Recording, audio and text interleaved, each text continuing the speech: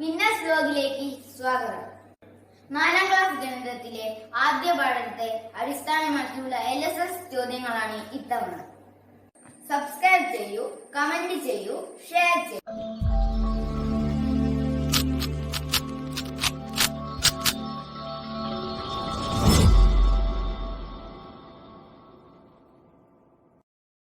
ഏറ്റവും ചെറിയ നാലക്ക സംഖ്യയും ഏറ്റവും വലിയ നാലക്ക സംഖ്യയും തമ്മിലുള്ള തുക എത്രയാണ്? What is the total of the smallest four digit number and biggest four digit number? 10999, 10,999. 5042 എന്നീ അക്കങ്ങൾ ഒരു പ്രാവശ്യം മാത്രം ഉപയോഗിച്ചെഴുതാവുന്ന ഏറ്റവും ചെറിയ നാലക്ക സംഖ്യ ഏത്? With the digits 5042, which is the smallest number we can write using each digit once at a time? 2045, 2045. 50 നൂറുകൾ ചേരുന്ന സംഖ്യയിൽ എത്ര ആയിരങ്ങളുണ്ട്? How many thousands are there in the number added 50 hundreds altogether? 5000, 5000. Roman സംഖ്യാസമ്പ്രദായത്തിൽ 49 എന്ന് എങ്ങനെ എഴുതാം? How can we write 49 in Roman number system?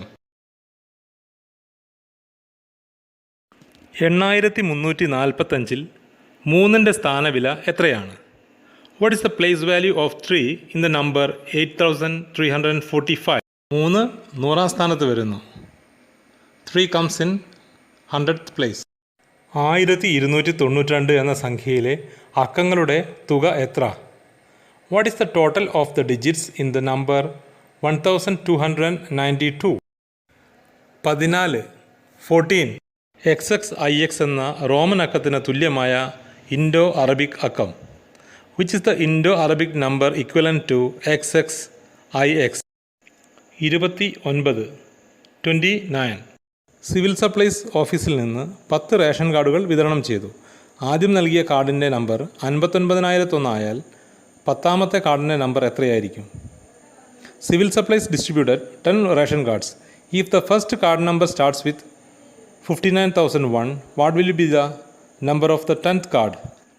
59010, 59010. 2326 എത്ര കൂട്ടിയാൽ 5674 കിട്ടും?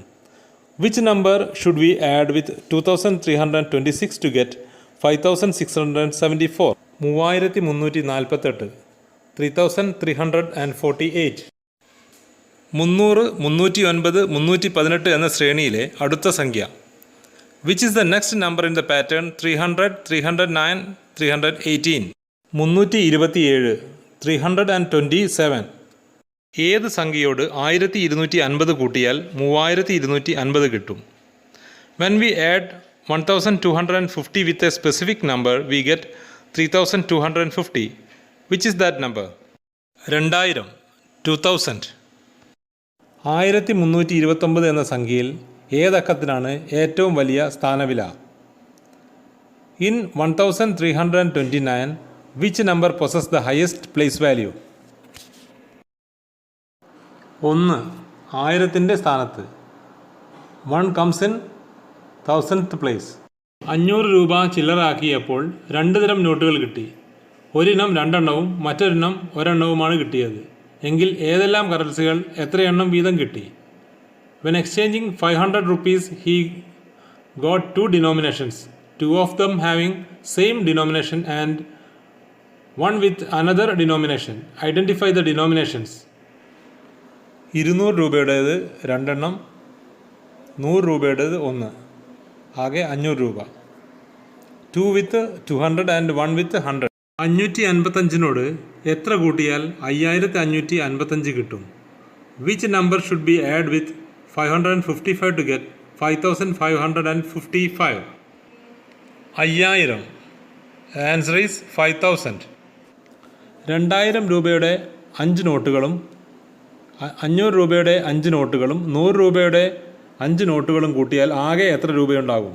When we add 5 notes of 2000, 5 notes of 500 and 5 notes of 100, how much will be the amount? 13000. Answer is 13,000. Thank you for watching this video.